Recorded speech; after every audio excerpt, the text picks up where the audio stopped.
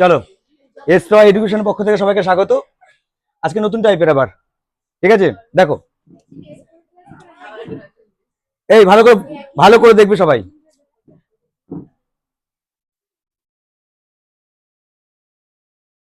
শিখিয়েছিলাম যে একদম সোজা কি আছে দেখো, 5 স্কোয়ার 25, দেখো 15 স্কোয়ার কত, এই এই 5 স্কোয়ার করবো, 25 লিখে দেবো। আর এই 1 আছে তো, 1 বাড়িয়ে দাও, 2 অক্ষে 2, ভালো করে বুঝবে, গুনবে না, 25 লিখে দেবো, 2 আছে, 1 বাড়িয়ে দাও, 3 দুগুনি 6, কত আছে 5, 25, 1 বাড়িয়ে দাও, 3 4 12। আচ্ছা, 25, 1 বাড়িয়ে দাও 4 থেকে, 4 5 20। এটা বলো কত হবে, বলো বলো। 25, ভেরি গুড। তাহলে আমাকে যদি এরকম দেয় 5, 10, 15, 25, 35, কোনো ব্যাপার আছে, সঙ্গে সঙ্গে বলে দেবো। প্রথমটা কি করবো, প্রথমের সাথে গুণ করব, তারপরে 1 বাড়িয়ে দিয়ে গুণ করব, 5 দিয়ে গুণ করব, 1 বাড়িয়ে দেবো, 3 দুগুণী 6 করলাম, 5 দিয়ে 25, 3 4 12 করলাম। তাহলে 1 বাড়িয়ে দিয়ে পড়াশোনা গুণ করলে বেরিয়ে হয়ে যাবে। এটা গেল।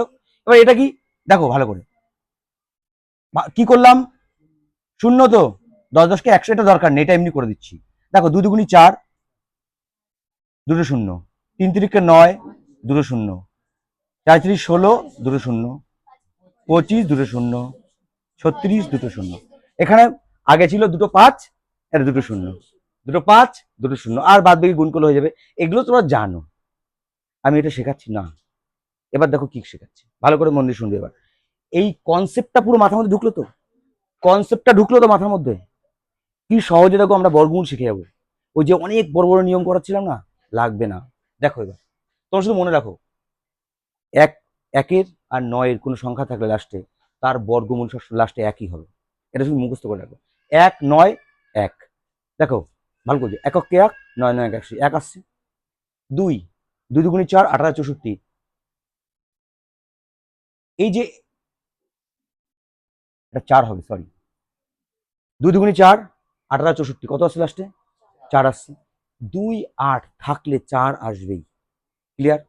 এটা শুধু মনে রাখবে, এরপরে কাজে লাগবে কিন্তু। 3 3 9 7, 3 আর 7 থাকলে 9 আসবেই। 4 3 16 6, 4 আর 6 থাকলে 6 আসবেই। 5 5 থাকলে 5ই আসবে, 5-এর কোনো বিকল্প নয়, 5 5ই। এইটুখানি পুরো জানলে, এবার কিন্তু না এটা না বুঝলে কিন্তু অঙ্কই পারবে। এবার আমি অঙ্ক মধ্যে আসছি। 1 9 সবসময় 1 আসবে, 9 থাকলে 1, 1 থাকলেও 1, 2 আর 8 থাকলে সবসময় 4 আসবে, 3 আর 7 থাকলে সবসময় 9 থাকবে, 4 6 থাকলে সবসময় 6 থাকবে, 5 থাকলে সব 5 থাকবে। এইটুকুনি আমরা পুরো, এইটা আগে শিখিয়েছিলাম, এটাও জানো, এটা আজকে বললাম। পুরো ক্লিয়ার কি ক্লিয়ার না? নাহলে অঙ্ক পারবে না কিন্তু। এবার এটুকুনি ক্লিয়ার তো, ক্লিয়ার তো? এবার অঙ্ক শেখাচ্ছি, চলো। এবার দেখো ভালো করে দেখবে, কত আছে, 1024। এটা দেখা যাচ্ছে তো ওখানে, এটা কত আছে, 1024। ভালো করে দেখবে, 1024 বর্গমূল চিহ্ন দিলাম। আগের দিন বেস নিয়ম শিখিয়েছিলাম, শেখাবো, যদি ভুলে যাও ওটা করবে, কিন্তু ওরা করবে, তুমি ফু মেরে চলে আসবে, করে দেবা। ওরা পাতাবে, তুমি বলো উত্তরেই। এটা হচ্ছে তোমাদের ক্যাটাগরি থাকবে এরকম, ওরা পাতাবে, তুমি বলবে উত্তরেই। কি করে শিখে নাও এবার, দেখো ভালো করে বুঝবে। আচ্ছা, 1024 তো, 1024 তো। আচ্ছা, তুমি একটা জিনিস দেখো, যে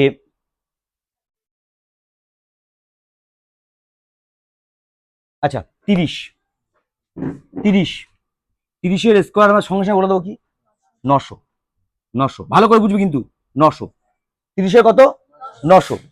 আচ্ছা, এখানে কত আছে, 24 আছে। আচ্ছা, 30-এর পরে বেশি আমরা জানি 35, আমি শিখেছি 30 35, আমি মাঝখানে শিখে জানো না, দরকার নেই। 35 কত হবে, 1200।